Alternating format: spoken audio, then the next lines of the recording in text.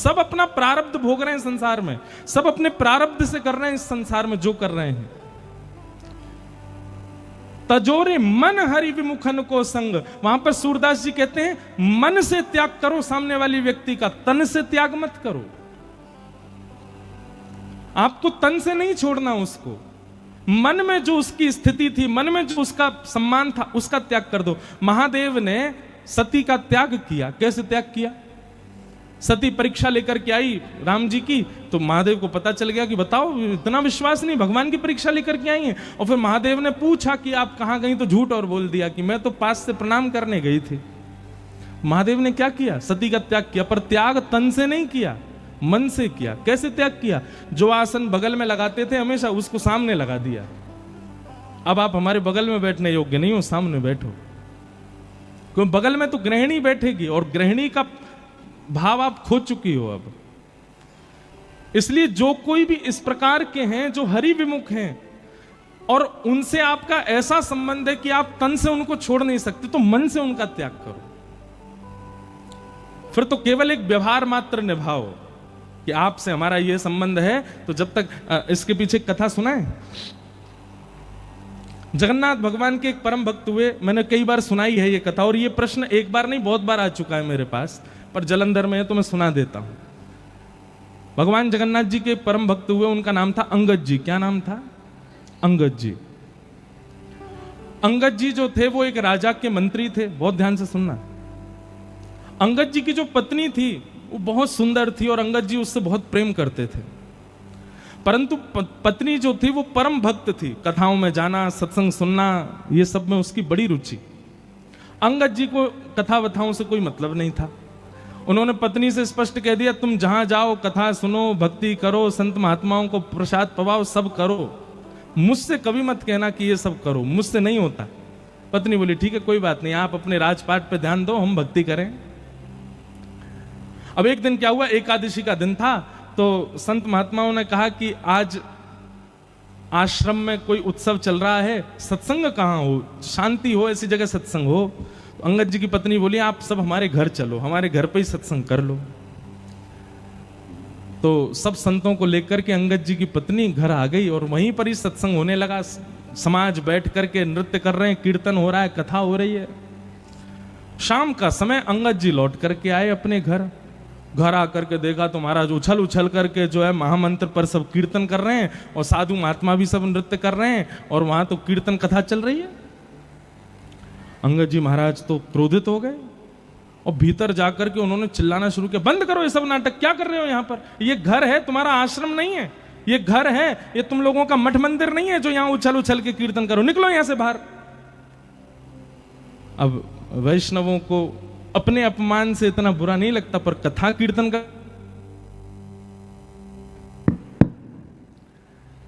कथा कीर्तन का कोई अपमान करे ये वैष्णवों से सहन नहीं होता।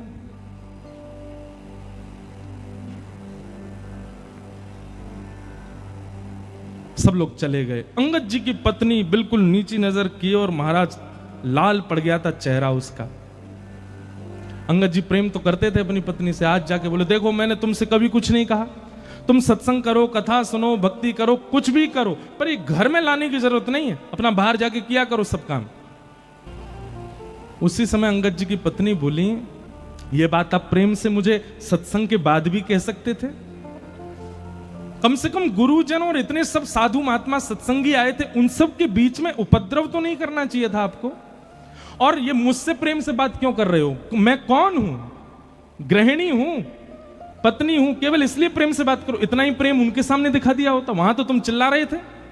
अरे जिन गुरुजनों के चरणों में प्रणाम करती हूं, जिन संत जनों को मैं वंदन करती हूं, उनके सामने तुमसे प्रेम से नहीं बोला गया, मुझको प्रेम दिखा रहे हो। सुनिए, आपके इस कृत्य की क्षमा तो नहीं दे सकती मैं आपको, पर मैं आपको छोड़ करके भी नहीं जा सकती, क्योंकि मैं पतिव्रता नारी हूं, आपके साथ रहना पड़ेगा मुझको।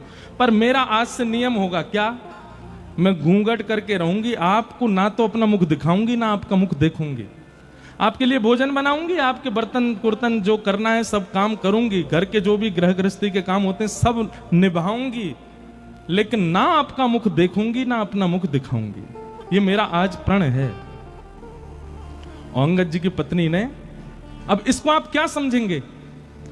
तन से वो संगी ही है, पर मन से त्याग कर दिया उसने। अब अंगद जी की पत्नी पूरे दिन घूंघट में रहती है। एक दिन, 2 दिन, 4 दिन, 5 दिन बीत गए। अंगद जी बोले अब मान जाओ। पत्नी नहीं मानी। बोले मृत्यु को प्राप्त हो जाऊंगी घूंघट में, लेकिन आपको मुख नहीं दिखाऊंगी, ना आपका देखूंगी। 1 महीना बीत गया। अंगद जी अब उदास रहने लगे। घर जाने का मन ही नहीं होता। क्यों? पत्नी बात ही नहीं करती है। तो एक दिन अंगद जी अपने घोड़ा पे बैठ के कहीं जा रहे थे, तभी देखा कि महाराज वैसा ही सत्संग कहीं चल रहा था। लोग उछल उछल करके कीर्तन कर रहे थे और व्यास मंच पे बैठ के एक कथाकार बढ़िया कीर्तन गा रहे थे। अंगद जी बोले जाके सुनूं तो सही, इस कथा में ऐसा है क्या जो मेरी पत्नी ने मेरा त्याग कर दिया कथा की वजह से।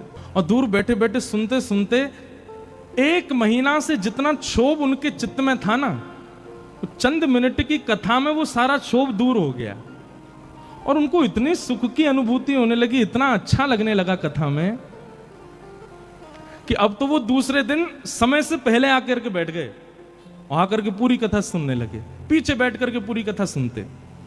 तीसरे दिन अंगद जी जैसे ही आए, आकर के देखा तो आज तो कोई भी नहीं आया। कथा ही विश्राम हो गई। अंगद जी ने पूछा भैया यहाँ पे कल कथा चल रही थी क्या? वो बोले कल 7 दिन हो गए पूरे, अब तो व्यास जी चले गए, यहाँ से कथा हो गई। तो अंगद जी को इतनी व्याकुलता पत्नी के रूठने पर नहीं हुई जितनी व्याकुलता कथा के विश्राम। बोले अब कब होगी कथा? बोले कथा तो भैया अब अगले वर्ष होगी, परंतु वो व्यास जी थोड़ी दूर एक गांव है, वहां पे आज से कथा उन्होंने प्रारंभ कर दी है, आपको सुननी हो तो वहां चले जाओ। अंगद जी दौड़ करके गए महाराज, दूसरे गांव में जाके कथा सुनने लगे। अब तो अंगद यही नियम बन गया,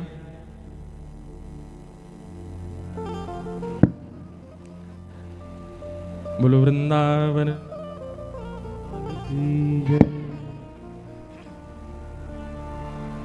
श्री कृष्ण गोविंद हरे मुरारे, हे नाथ नारायण वासुदेव। श्री कृष्ण गोविंद हरे मुरारे, हे नाथ नारायण वासुदेव। श्री कृष्ण गोविंद हरे मुरारे, हे नाथ नारायण वासुदेवा। श्री कृष्ण गोविंद हरे मुरारे, हे नाथ नारायण वासुदेवा। ठाकुर जी खेल रहे हैं, माइक बंद कर रहे हैं बार बार, पर या से ज्यादा ना खेल जाइयो लाला, नहीं तो हम ब्रजवासी हैं दिखाई देंगे फिर। बोलो वृंदावन बिहारी लाल। तो हम क्या बता रहे थे? अंगद जी महाराज दूसरे गांव में जाके कथा सुनने लगे। इतनी आसक्ति कथा के प्रति हो गई उनकी। अब तो अंगद जी को घर में पत्नी रूठी बैठी है, उससे भी उनको कोई फर्क नहीं। बढ़िया जाते हैं, प्रेम से घर में जाते हैं, पत्नी भोजन खिला देती है, पा लेते हैं, सो जाते हैं, सुबह उठ के राजपाट का काम देखते हैं, दोपहर में जाके कथा सुनते हैं। ऐसा नियम चलने लगा। पत्नी के भी मन में होने लगा, पहले तो इनको चिंता थी कि मैं देखती नहीं हूं, अब तो ये चिंतित भी नहीं लगते मुझको। एक दिन गांव में पुनः कथा होने लगी और जैसे ही कीर्तन प्रारंभ हुआ महाराज, तो अंगद जी महाराज पीछे खड़े होकर उछल उछल करके उन्माद नृत्य कर रहे थे।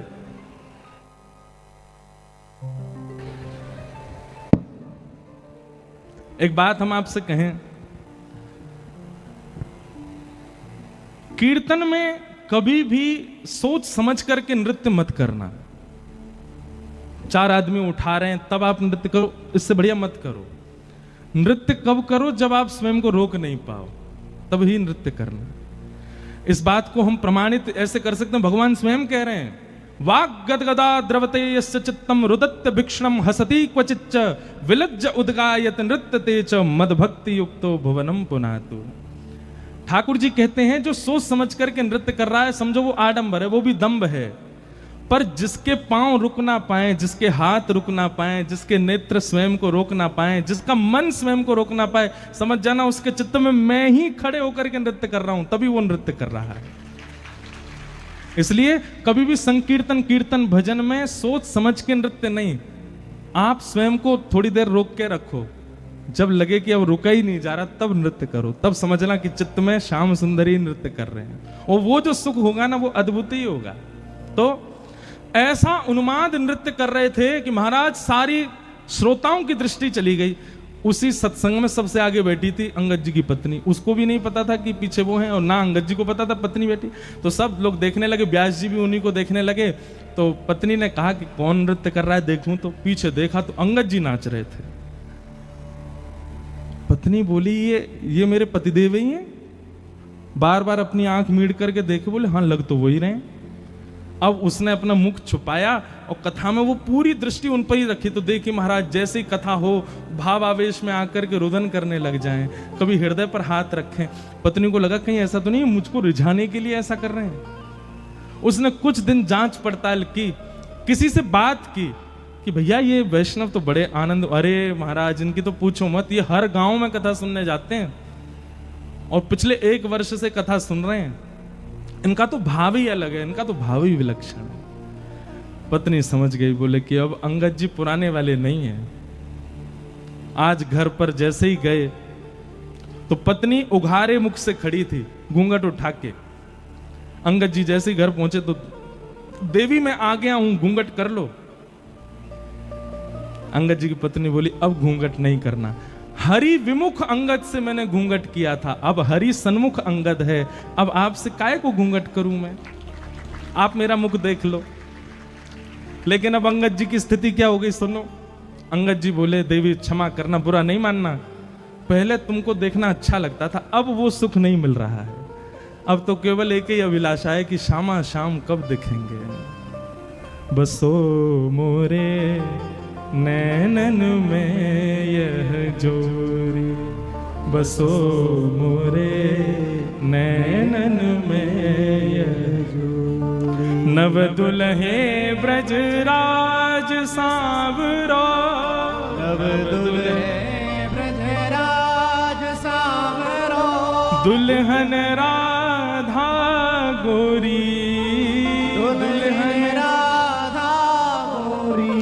बसो मोरे नैनन में यह जोरी, बसो मोरे नैनन में यह जोरी। तो जिनका भी ये प्रश्न था कि हमारे पिताजी ऐसे हो गए, हम क्या करें, जैसे अंगद जी की पत्नी ने मन से त्याग किया वैसे त्याग करो। भगवान की कृपा हो गई, अगर सुधर जाएं तो अच्छी बात है, और नहीं सुधरें तो फिर कोई दिक्कत नहीं। सब अपना प्रारब्ध भोग रहे हैं संसार में। आप केवल 1 बार 2 बार प्रार्थना कर सकते हो, आप पीछे नहीं पड़े रह सकते किसी व्यक्ति के कि वो सुधर जाए। हम आपसे फिर प्रार्थना करते हैं, जो माता पिता बालकों के पीछे पड़े रहते हैं, भक्ति करो, भजन करो, मंदिर जाओ, कथा, काहे को पीछे पड़ रहे हो उसके प्रारब्ध में भक्ति भाव होगा तो वो करेगा, नहीं कर रहा है तो फिर कोई बात नहीं, आप 1 बार प्रयास करो, उसके बाद वो ना करे तो पीछे मत पड़े रहिए उसके।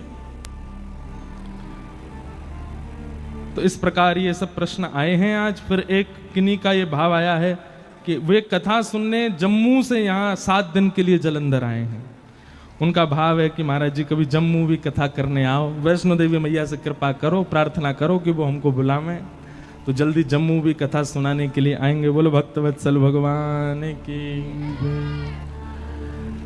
तो आइए अब कथा प्रसंग थोड़ा सा श्रवण करें। सब कथा प्रसंग ही है, ये सब भाव भी जो हम बता रहे हैं प्रश्नों के, ये भी सब कथाओं से ही हैं। सौनकादि ऋषि बैठे हैं सामने और सूत जी महाराज से उन्होंने 6 प्रश्न किए। 6 प्रश्न कौन कौन से हैं, बहुत ध्यान से सुनिएगा। इन्हीं 6 प्रश्नों में 7 दिन की कथा होती है। सबसे पहला प्रश्न किम श्रेय, दूसरा शास्त्र सारः क, तीसरा स्व अवतार प्रयोजनम, चौथा किम कर्म, 5वां के अवतारश्च, और 6वां धर्मः कम शरणम गतः। ये 6 प्रश्न हैं। सबसे पहला प्रश्न क्या है कि भगवान के अवतार का श्रेय किसको जाता है, क्रेडिट किसको जाता है, भक्तों को कि राक्षसों को? ठाकुर जी किसके लिए आते हैं पृथ्वी पर, भक्तों के लिए आते हैं कि राक्षसों के लिए आते हैं? सबसे पहला प्रश्न। दूसरा शास्त्र सारः क, हमारे इतने सारे शास्त्र हैं, हिंदू वैदिक सनातन धर्म में इन सब का सार क्या है? तीसरी बात, स्व अवतार प्रयोजनम, भगवान के अवतार का प्रयोजन क्या है? भगवान कभी राम बन के आते, कभी कृष्ण बन के आते, कभी परशुराम बन के आते, ये बात तो समझ में आती कि इंसान जैसे बन के आए। कभी कभी भगवान कछुआ बने आए, कभी भगवान मत्स्य बने आए, कभी नरसिंह बने आए, कभी बराह बने आए। ये रूप क्यों? जब भगवान एक ही है और समस्त भगवानों में एक समान शक्ति है, तो फिर रूप क्यों बदलते हैं भगवान? एक ही रूप में सारे अवतार क्यों धारण नहीं करते? रूप क्यों बदलते हैं बार बार? स्व अवतार प्रयोजनम। और उसके बाद किम कर्म, भगवान का कर्म क्या है? भगवान करते क्या हैं? हमने तो सुना है कि कर्म की उन पर कोई गति नहीं होती, तो फिर भगवान करते क्या है? किम कर्म। और फिर अगला प्रश्न, के अवतार, अवतार कितने हैं भगवान के? कोई 10 बताता, कोई 24 बताता। और अंतिम प्रश्न क्या है? ठाकुर जी के स्वधाम जाने के बाद धर्म कम शरणम गतः, धर्म किसकी शरण में है? जिस धर्म को स्थापित भगवान ने कर दिया, उस भगवान के जाने के बाद धर्म किसकी शरण में गया? ये 6 प्रश्न है। समझ में आए? 6 प्रश्न आए तो कोई के नहीं है, फिर भी सुन लो। पहला प्रश्न, भगवान के अवतार का श्रेय किसको जाता है? किसके लिए आते हैं भगवान? राक्षसों के लिए? राक्षसों के लिए आते हैं कि भक्तों के लिए आते हैं? बताओ। हैं? वो तो हमको पता है, जबरदस्ती बहती गंगा में हाथ तो सब धो ही दोगे। प्रमाणित करो कि भक्तों के लिए आते हैं, राक्षसों के लिए। और अगर भक्तों के लिए आते हैं तो फिर क्यों रावण को मारा? भक्तों के लिए आते हैं तो क्यों पहले प्रहलाद पर कृपा ना करके पहले हिरण्यकश्यप को मारा? देखो, ठाकुर जी आते तो भक्तों के लिए ही हैं, पर उस भक्त का इतना स्मरण किया जा चुका होता है राक्षसों के द्वारा, उस भक्त के भले ही कुभाव से ही सही, उस भक्त की इतनी सेवा की जा चुकी होती है राक्षस के द्वारा, नित्य दर्शन। अरे भाई, वैष्णव दर्शन ही तो बहुत बड़ा लाभ है। अब भले ही हिरण्यकश्यप द्वेष बुद्धि से करता था, पर करता तो था प्रहलाद के दर्शन। तो इतने दर्शन कर लिए भक्त के कि महाराज उस दर्शन से इतना फल बढ़ गया, वैष्णव दर्शन से इतना फल बढ़ गया राक्षस का, कि भगवान आते पहले राक्षस का वध करते हैं, राक्षस पर अनुग्रह करते हैं। अब बुलाया किसने? गजेंद्र ने। पर आते ही सुदर्शन चक्र कहां चलाया? ग्राहक के ऊपर, मगरमच्छ के ऊपर। क्यों? गजेंद्र के पैर को मुख में लेके बैठा था, भक्त के पांव को शरणागति लेकर के बैठा, इसलिए पहले उस पर कृपा की। तो आते तो ठाकुर जी वैष्णव भक्तों के लिए हैं, पर उन वैष्णव भक्तों को प्रताड़ित करने वाले ये राक्षस इतना वैष्णव संग कर चुके हैं कि इन पर कृपा हो जाती है और ठाकुर जी पहले इनका उद्धार कर देते हैं। तो ठाकुर जी किसके लिए आते हैं? वैष्णवों के लिए, भक्तों के लिए आते हैं। फिर दूसरा प्रश्न क्या है? शास्त्र सारह क। बहुत ध्यान से सुनिएगा, ये प्रश्न आप लोगों से कई लोग पूछ सकते हैं, कई विधर्मी पूछ सकते हैं, इसका उत्तर आपके पास होना चाहिए। हमारे हिंदू वैदिक सनातन धर्म में इतने सारे शास्त्र हैं, इनका सार क्या है? एक बात आप ध्यान पूर्वक सुनिए। वेदव्यास जी महाराज ने 4 वेद लिखे, 17 उपपुराण लिखे, 18 उपपुराण लिखे, 18 महापुराण लिखे। परंतु श्री वेदव्यास जी महाराज ने श्रीमद् भागवत जी की कृति में एकादश स्कंद में इस बात को स्पष्ट कर दिया, हमने जितने भी ग्रंथ लिखे हैं, हमने जितने भी शास्त्र लिखे हैं, जितने भी पुराण लिखे हैं, उन सबका सार यदि आपको लेना हो तो श्रीमद् भागवत जी की शरण में जाओ। सारम सारम समद्वितम। अगर आप भागवत जी के भाव सुनते हो तो आपने 4 वेद, 18 उपपुराण, 18 महापुराण सबको सुन लिया। भागवत जी प्रमाणित ग्रंथ हैं। एक प्रकार से यह कह दिया जाए, कोई महामंत्री है, कोई सेनापति है, कोई सेनापति है, कोई सैनिक है, श्रीमद् भागवत जी तो राज सिंहासन पर बैठे राजा हैं।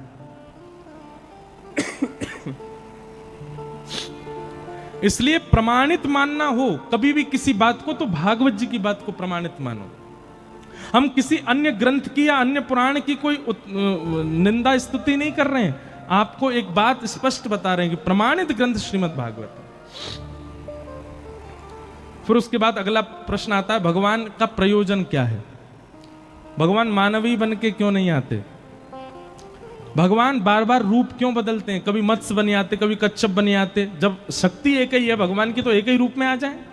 नहीं, भगवान अपनी सर्वव्यापकता आप सबके बीच में प्रमाणित कर रहे हैं। सर्वव्यापकता, वो सब में विद्यमान है। कर्तुम अकर्तुम अन्यथा कर्तुम समर्थ ईश्वर। अरे जिस सुगर को सब लोग हीन मानते हैं, जिसके स्पर्श मात्र से नहाना पड़ता है, उसके रूप में भी श्री ठाकुर जी आ जाते हैं। मानो अपनी दो बातें बताते हैं, पहली तो मैं सर्वव्यापक हूं, और दूसरी बात जो सबसे उपेक्षित है, मैं उसके रूप को धारण करने में भी कोई लज्जा नहीं रखता। हम लोगों को कोई आसन ने एक छोटा दे दे तो हमको लज्जा हो जाती है। अच्छा, कमेटी में हमने इतने पैसा डाले, हमने प्रचार करवाया, हमको महाराज जी से माला नहीं पहनवाई ऊपर मंच पे, इतने में ही बुरा मान जाते हैं लोग।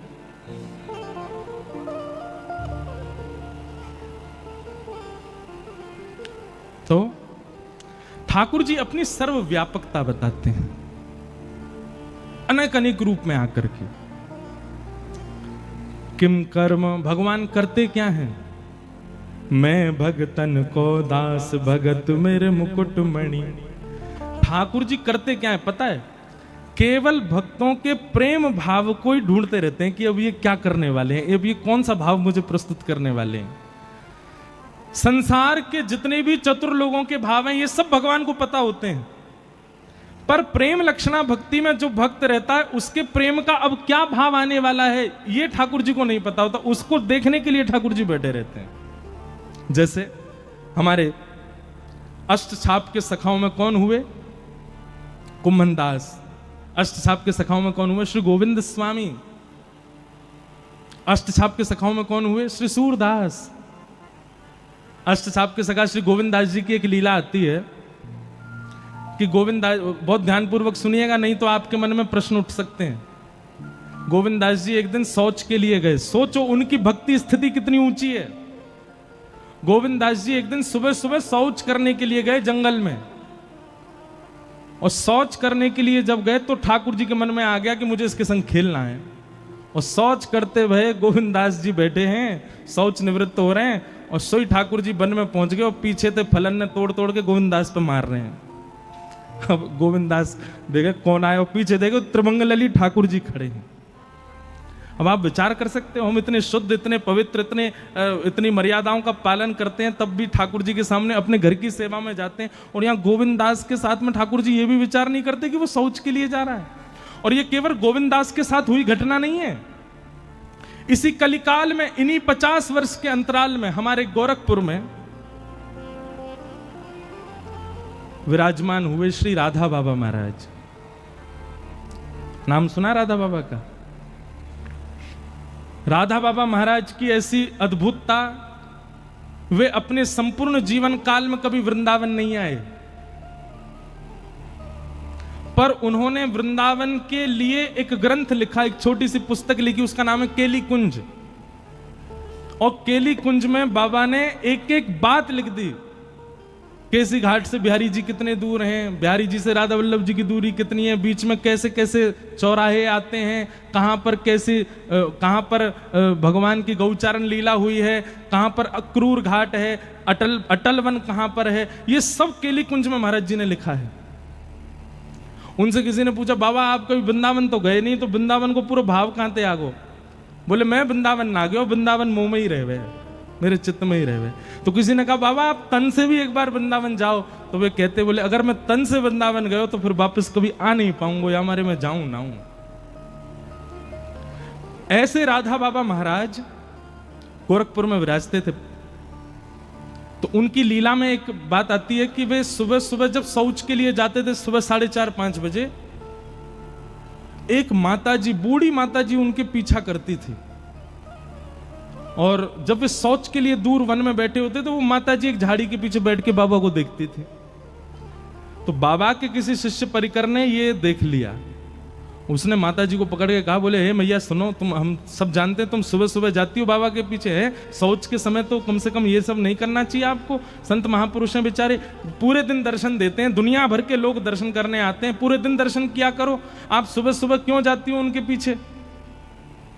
तो माताजी के नेत्र सजल हो गए, वो बोली बोले मैं बाबा के पीछे नहीं जाती। तो बोले बाबा जब सुबह सुबह शौच के लिए जाते हैं ना, तब इनके पीछे नन्हों से सांवरों सलोनों से एक बालक जावे, और वो बाबा के सामने ही बैठो रहे। वो पूरे दिन नहीं रहता, वो सुबह सुबह जब ये शौच के लिए जाते हैं तभी आता है। मैं तो उस बालक को देखने जाती हूँ। और बाबा जब शौच में बैठे होते हैं ना, तो इन दोनों की आपस में चर्चा चलती है, बड़े ठहाके मार मार के दोनों हंसते हैं। मैं तो वो देखने जाती हूँ। मतलब आप विचार कर रहे हैं, भक्तों की वो स्थिति जिसको हम परम अपवित्र मानते हैं, उस स्थिति में भी भक्त चले जाते हैं, तो ठाकुर जी वहां भी आ रहे हैं उनके पास में। तो ऐसी स्थितियों में ऐसे भक्तों के भाव देखने के लिए, उनका अनुकरण करने के लिए ठाकुर जी, यही कर्म है ठाकुर जी का। कौन भक्त कब कहां क्या कर रहा है, कौन से भाव से मुझको भज रहा है, किस भाव से मुझे अर्पण कर रहा है, वही भाव प्रिय है ठाकुर जी को। वही भाव देखने के लिए ठाकुर जी आते हैं। आहा।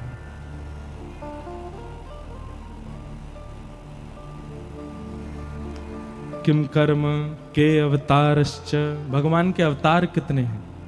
भागवत जी में इसका भी प्रमाण है कि भगवान के अवतार असंख्य हैं, पर कुछ पढ़ने सुनने जानने के लिए दशावतार और 24 अवतार अंश और कला अवतारों के रूप में ये बताए गए हैं। बाकी भगवान के अवतार अनेक हैं। अभी मैं और आप जलंधर में बैठ के कथा सुनने, ठाकुर जी का इस समय भी कहीं ना कोई अवतार हुआ होगा। ठाकुर जी कहीं ना कहीं कोई लीला कर रहे होंगे। और धर्म कम शरणम गतः, अंतिम प्रश्न, भगवान के जाने के बाद धर्म किसकी शरण में गया। भैया देखो, जिसके लिए धर्म स्थापित किया भगवान ने, किसके लिए धर्म स्थापित किया, मेरे और आपके लिए किया।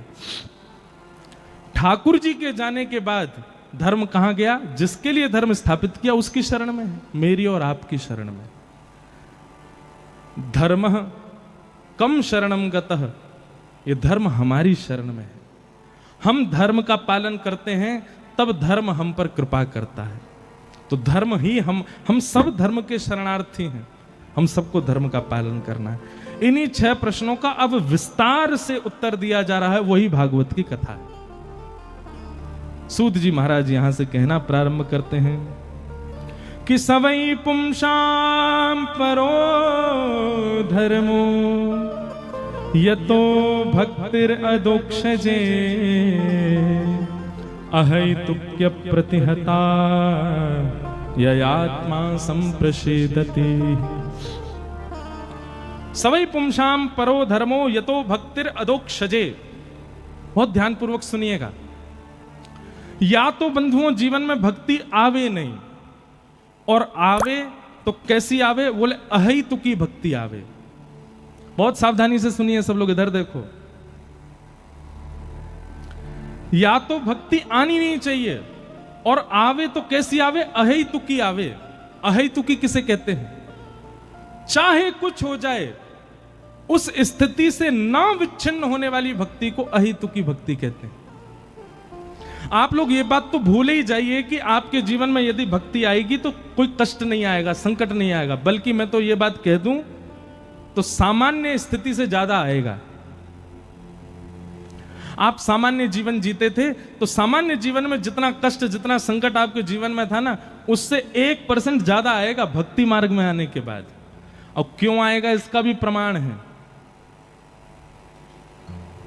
सुनो, हम आप सब लोगों का जीवन प्रारब्ध पर निर्भर होता है। अपने पूर्व के कर्मों को ही हम सब भोग रहे होते हैं।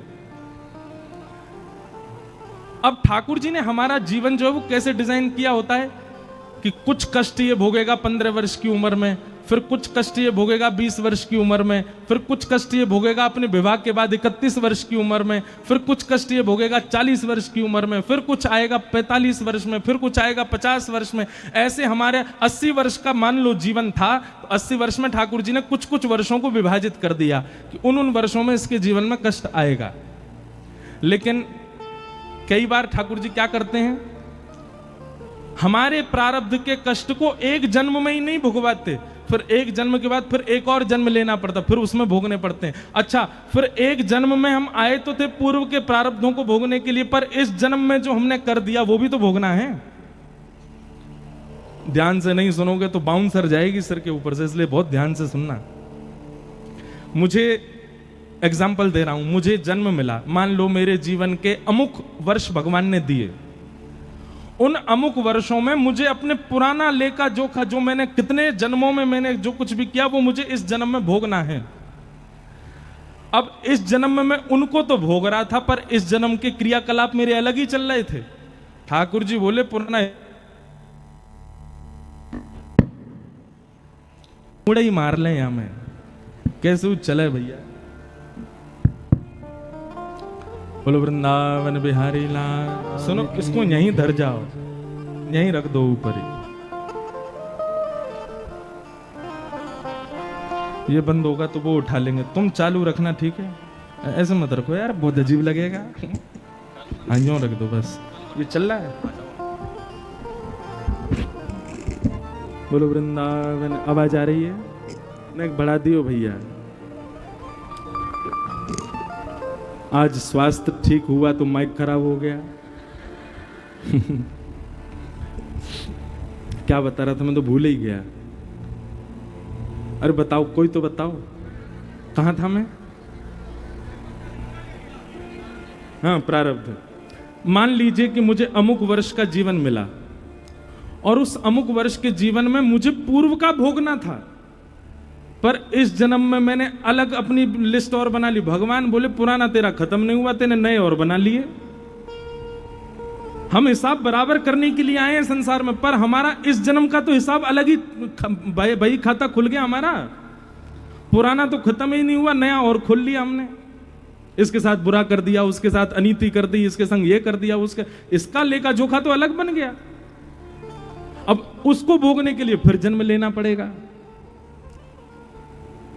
क्या होता है फिर, व्यक्ति जब भक्ति मार्ग को अपना लेता है तो भक्ति मार्ग में उसको क्या सिखाया जाता है? किसी के साथ गलत मत करो, किसी के साथ ऐसा मत करो, गलत खाओ पियो मत, शुद्ध विचारधारा करो। भक्ति मार्ग में वो क्या करता है? इस जन्म में जो जो कर रहा था उन सबको बंद कर देता है। अब इस जन्म का भई खाता बंद हो गया क्योंकि भक्ति मार्ग में आ गया। और जब भक्ति मार्ग में वो नाम जाप करने लग जाता है, वृंदावन जाने लग जाता है, कथा सुनने लग जाता है, खूब ठाकुर जी का प्रेमी होने लग जाता है, तो ठाकुर जी को भी उससे प्रेम हो जाता है। तब ठाकुर जी कहते हैं अब ये मेरा प्रेमी हो गया, अब क्या करें? इसका बही खाता पुराना और इस जन्म का जितना भी है सब इससे अभी भुगवा लो। फिर ठाकुर जी एक के बाद एक, एक के बाद एक, एक के बाद एक भेजते हैं। बोले इसको भी भोग ले, इसको भी भोग ले, सबसे निवृत्त हो, सबको अभी खत्म कर ले, ताकि तुम्हें दोबारा उसको भोगने के लिए आना ना पड़े। इसलिए कई बार भक्ति मार्ग में सामान्य मार्ग से ज्यादा कष्ट आ जाता है। उसको आप कष्ट रूप में मत लीजिए। और ये बात भी आप ध्यानपूर्वक सुनिएगा कि भक्ति मार्ग में आने के बाद भी यदि आपके प्रारब्ध भुग नहीं रहे हैं, कोई किसी प्रकार का मानसिक, किसी प्रकार का तन का, मन का, धन का कोई कष्ट जीवन में नहीं आ रहा, तो इसका मतलब यह है कि अभी बही खाता ठाकुर जी पूर्ण करवा नहीं रहे हैं। उसको करवाएं तो तुरंत कर लो, भोग लो, उसको खत्म करो। लेकिन जीवन में आने वाली किसी भी प्रकार की स्थिति से व्यक्ति जब भक्ति मार्ग का त्याग कर देता, ओ हो भगवान ने मेरे साथ ऐसा किया, भगवान कुछ नहीं होते, सब ये सब इन लोगों ने बना रखा है, ये सब ऐसे हैं, और नास्तिकता को अपना लेता है व्यक्ति, अपने जीवन से छोड़ देता है भक्ति मार्ग को। ऐसे व्यक्ति का पतन हो जाता है। फिर तो भक्ति कैसी होनी चाहिए? अहेतुकी भक्ति होनी चाहिए। जीवन में चाहे जैसी स्थिति आ जाए, आप ठाकुर जी का त्याग मत करो। मैं कथाओं में सुनाया करता हूं कि हमारे अष्ट सखाओं में एक सखा हुए कुम्भनदास। कुम्भनदास जी के एक पुत्र की मृत्यु हो गई, और उस पुत्र की मृत्यु की बात सुनकर के कुम्भनदास जी मूर्छित हो गए। दुनिया के लोग बात बनाने लगे, बोले अपने आप को भगत कहते थे, बताओ इतना भी नहीं सुन पाए कि पुत्र की मृत्यु पर बेहोश हो गए। गुसाई जी को जब ये बात पता चली तो गुसाई जी बोले वो पुत्र की मृत्यु सुन के बेहोश नहीं हुआ है। बोले तो फिर कैसे बेहोश हुए? तो जाके उनसे कहा, बोले कि मुझे पता है तुम बेहोश पुत्र की मृत्यु की भाव से नहीं हुए, तुम इसलिए बेहोश हो गए हो कि भाई अब सूतक लग गए, मंदिर कैसे जाऊंगा मैं। चिंता मत करो, हम मंदिर की एक खिड़की खोल देंगे और वहां से तुमको सूतक में भी दर्शन हो जाया करेगा ठाकुर जी का। ये बात सुनते ही उनकी मूर्छा टूट गई, वो तो उठ के खड़े हो गए और कहने लगे हाँ हाँ सब क्रियाकलाप करो, पुत्र का जो करना है। उनको पुत्र विरह था ही नहीं, उनको विरह इस बात का था कि ठाकुर जी से दूरी हो जाएगी। तो भैया भक्ति मार्ग यदि जीवन में आया है तो याद रहे परिस्थिति कैसी भी आ जाए, कितनी बुरी से बुरी भी आ जाए, आप भक्ति मार्ग का त्याग मत करना। ये दृढ़ता अपने चित्त में धारण करो, ये विश्वास अपने चित्त में धारण करो और चल पड़ो उस मार्ग पर, स्थिति कैसी भी आ जाए। एक पद हम गाते हैं, हे मारा गिरधर लाल थारो नचायो नाचू रे, मारा गिरधर लाल थारो नचायो। शब्द सुनिएगा, मारा गिरधर लाल थारो नचायो नाचू रे, मारा गिरधर लाल थारो नचायो नाचू रे, मारा नट राजा थारो नचायो नाचू रे, मारा नट राजा थारो नचायो नाचू रे, मारा गिरधर लाल थारो नचायो नाचू रे, मारा गिरधर लाल थारो नचायो नाचू। शब्द सुनो, थारे घर में रहूं निरंतर, थारी ही हाथ चलाऊं, थारे घर में रहूं निरंतर, थारे ही हाथ चलाऊं। हे थारे धन से थारे जन की, थारे धन से थारे जन की, थारे धन से थारे जन की, थारे धन से थारे जन की, ओ सेवा टलह बजाऊं बजाऊं, मारा गिरधर लाल थारो नचायो नाचू रे, मारा गिरधर लाल थारो नचायो नाचू रे। बंधुओं, भक्ति का मतलब यही होता है जो यहाँ पंक्तियां लिखी हैं। अपनी मन मर्जी की भक्ति नहीं होती है, ठाकुर जी की मर्जी की भक्ति होती है। जा रंगरा कपड़ा पहरावे, वैसो ही सांग बनाऊं, जा रंग गाओ सब लोग। कपड़ा पहनावे, वैसो ही स्वाग बनाऊं, हाँ वैसो ही स्वांग बनाऊं,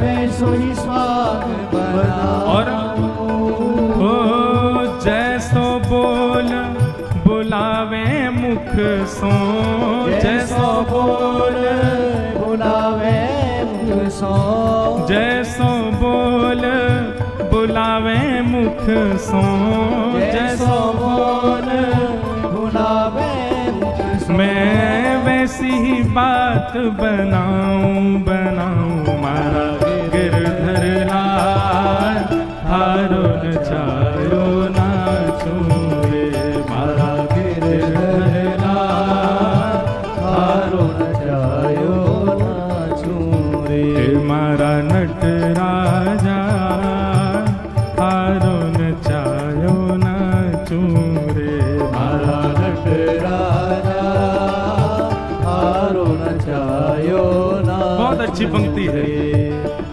घर का प्राणी कहा न माने, मन मन खुशी मनाऊं, घर का प्राणी कहा न माने, मन मन खुशी मनाऊं। घर के लोग मेरी बात नहीं सुनते, मैं उनसे कहता हूँ कथा में चलो तो कहते हैं तू पागल है, तू कथा में जाता, हम थोड़ी सुनेंगे कथा। हम कहते हैं घर में ठाकुर जी की अष्टयाम सेवा शुरू कर दो, तो मुझे नाटक समझते हैं। नाम जप की कहता हूं तो भी मना करते हैं। गिरिराज परिक्रमा, वृंदावन, सबके लिए मना करते हैं। कोई बात नहीं, घर के लोग यदि मेरी बात नहीं मानते तो इसमें भी प्रसन्नता क्या। अगर ये घर के लोग बात मान जाते तो मेरा इनसे मोह हो जाएगा। अच्छा, ये मेरी बात नहीं मान रहे तो इनसे मेरा मोह तो भी दूर होता जाएगा। घर का प्राणी कहाँ न माने, मन मन खुशी मनाऊं। घर का प्राणी कहाँ न माने, मन मन खुशी मनाऊं। ओ थारे इस मंगल विधान में, थारे इस मंगल विधान में, थारे इस मंगल विधान में, थारे इस मंगल विधान में, मैं काहे टांग अड़ाऊं अड़ाऊं। मारा गिरधर लाल थारो नचायो नाचूं रे, मारा गिरधर लाल थारो नचायो नाचूं रे। ओ मारा नटराजा थारो नचायो नाचूं रे, मारा नटराजा बोल गिरधर लाल प्यारे की, करताल बजा के गाओ।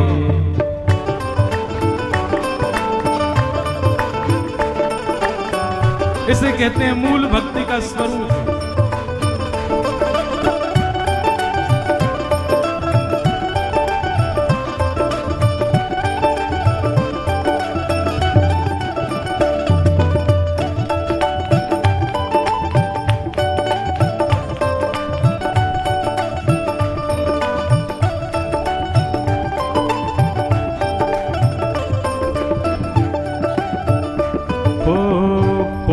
हजारों पकड़ ले जावे, मैं दौड़ दौड़ के जाऊं। कोस हजारों पकड़ ले जावे, मैं दौड़ दौड़ के आऊं। हमारे पंजाब के लोग सबसे ज्यादा विदेशों में बस गए जाकर के। कहीं चले जाओ, मैं अभी कनाडा गया, अमेरिका गया, ऑस्ट्रेलिया, सब जगह पंजाबी, हमारे पंजाब के लोग बैठे हैं। और पंजाब में कितने गांव तो ऐसे हैं कि हर गांव से एक बच्चा विदेश में ही है। भैया आप लोग ध्यान से सुनो, अपनी मन से मत जाओ, ठाकुर जी के आगे पर्ची डालो और ठाकुर जी के आगे पर्ची उठा के देखो। अगर ठाकुर जी की इच्छा हो तो जाओ, ठाकुर जी लेकर के जा रहे हो तो भागो। जैसे हमें लेके जावे वैसे ठाकुर जी सबको लेके जावे। कोस हजारों पकड़ ले जावे, दौड़ दौड़ में जाऊं। कोस हजारों पकड़ ले जावे, दौड़ दौड़ के आऊं। हाँ मैं दौड़ दौड़ के आऊं। मैं दौड़ दौड़ के आऊं। ओ मैं दौड़ दौड़ के आऊं। मैं दौड़ दौड़ के आऊं। और हे जो तू आसन मार बैठावे, जो तू आसन मार बैठावे, जो तू आसन मार बैठावे, जो तू आसन मार बैठावे, तो मैं मुख भी नाही हिलाऊं हिलाऊं। मारा गिरधर लाल थारो नचायो नाचूं रे, मारा गिरधर लाल थारो नचायो नाचूं रे। हे मारा नटराजा थारो नचायो नाचूं रे, मारा नटराजा थारो नचायो और नाचूं रे। ओ जो तू तन में रोग लगावे, जो तू तन में रोग लगावे, ओढ़ चादर सो जाऊं। जो तू तन में रोग लगावे ओढ़ चादर सो जा। जो तू तन में रोग लगावे ओढ़ चादर सो जाऊं। जो तू तन में रोग लगावे ओढ़ चादर सो जा। मैं ओढ़ चादर सो जाऊं। मैं ओढ़ चादर सो जाऊं। हे जो तू काल रूप बने आवे, जो तू काल रूप बने आवे। जो तू काल रूप बने आवे, जो तू काल रूप बने आवे। मैं लपक गोद में आऊं। मारा गिरधर लाल थारो नचायो नाचूं रे। मारा गिरधर लाल थारो नचायो नाचूं रे। हे मारा नटराजा थारो नचायो नाचूं रे। मारा नटराजा तारो नचायो नाचूं रे। हे मारा गिरधर लाल थारो नचायो नाचूं रे। मारा गिरधर लाल तारो नचायो नाचूं रे। हे मारा नटराजा थारो नचायो नाचूं रे। मारा नटराजा तारो नचायो नाचूं रे। कुल गिरधर लाल प्यारे की। तो भक्ति का स्वरूप कैसा होना चाहिए? आपके हिसाब से नहीं, ठाकुर जी के हिसाब से।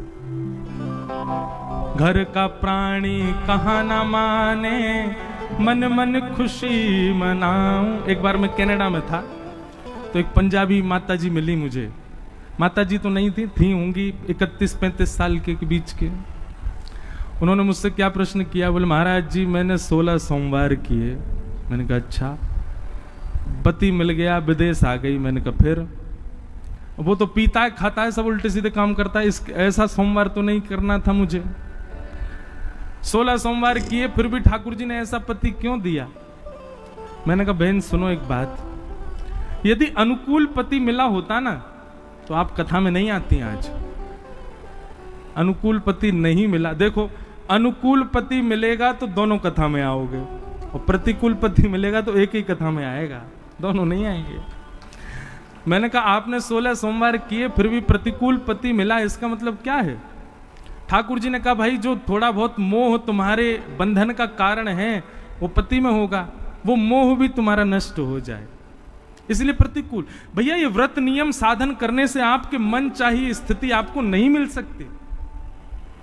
ये व्रत साधन नियम ये जितने भी हम सब लोग करते हैं ना, इनके पीछे कोई विधान या कोई भाव वैसा मत रखा करो कि आप जैसा सोच रहे हो वैसा मिलेगा ही। प्रारब्ध में जो है वो मिलेगा।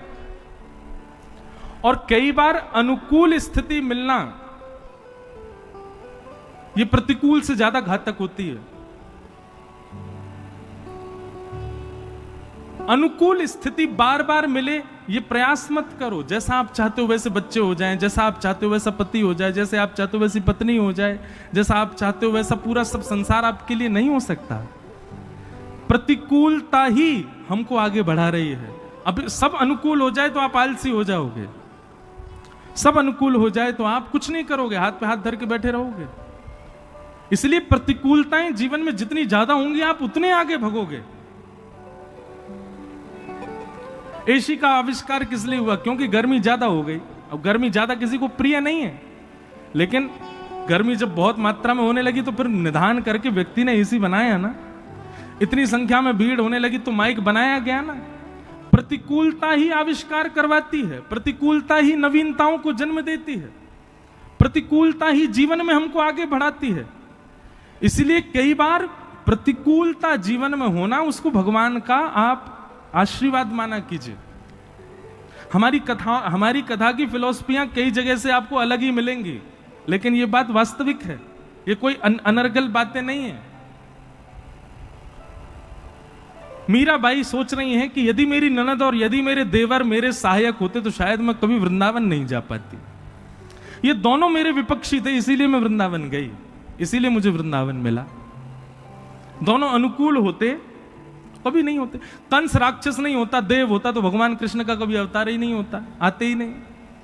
कंस के दुष्टत्व से ही पृथ्वी ने प्रार्थना की भगवान कृष्ण आए। तो प्रतिकूलता कई बार नवीनताओं को जन्म देती है, कई बार आपके सुंदर भावों को सुदृढ़ करती है। इसलिए प्रतिकूलता को कभी कभी प्रसाद समझ के स्वीकार किया करो, चाहे वो बच्चों की हो, चाहे पत्नी की हो, पति की हो, परिवार की हो, रिश्तेदारों की, नातेदारों की हो, समाज संसार की हो।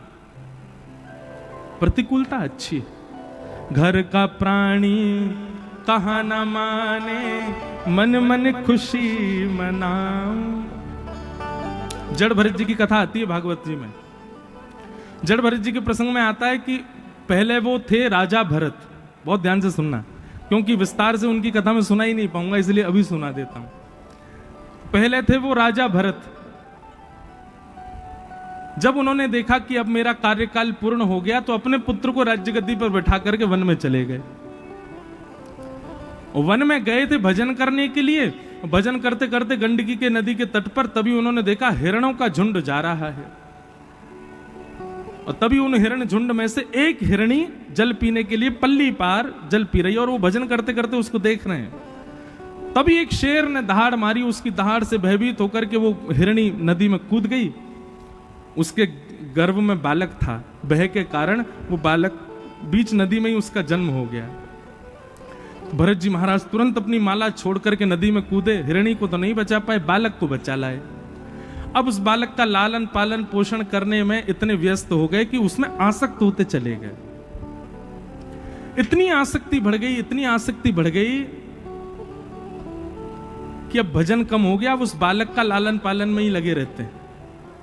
सोचो आसक्ति कितनी खतरनाक होती है। अपनी पत्नी को छोड़ाए, अपने बच्चों को छोड़ाए, अपने राजपाट को छोड़ाए भरत जी। अरे इंसान में नहीं हुई, एक जानवर में हो गई। आसक्ति कितनी खतरनाक है। सब छोड़ चुके थे, पर जो जात का नहीं, जो हमारी बिरादरी का नहीं, अरे कहां तक कहें जो मानव भी नहीं है, उस हिरण में आसक्ति हो गई। और आसक्ति कैसी हुई कि अब तो बस यही है कि अंतिम श्वास चल रही थी, वृद्ध हो गए थे, वो हिरण को ही देखते रहे, हिरण के बालक को, उसको बाहर ही ना जाने दें। अब जीव, ये जानवर को तो स्वतंत्रता प्रिय होती है। अब वो भरत जी से आंख बचा बचा करके बाहर निकले। भरत जी बेचारे लड़खड़ाते आमे, उसको फिर कुटिया में ले आमे।